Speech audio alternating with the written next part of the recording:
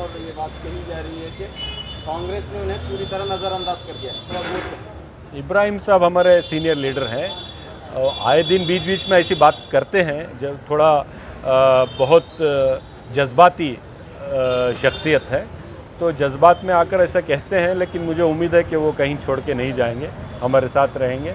मैं भी आजकल में जाकर उनसे मुलाकात कर बात करूँ। सर, इल्ज़ाम ये है कि असलियतों को कांग्रेस जो है इग्नोर कर रही है, तो इसको आप किस तरह देखते हैं? देखिए, वो खुद दावेदार थे अपोजिशन लीडर के लेजिस्लेटिव काउंसिल में, उनको नहीं दिया गया तो थोड़ा दर्द में जज्बात में कह रहे हैं, तो सीनियर लीडर हैं, उनका मनाना भी हमारा फ़र्ज़ है, इंशाल्लाह हम मना लेंगे।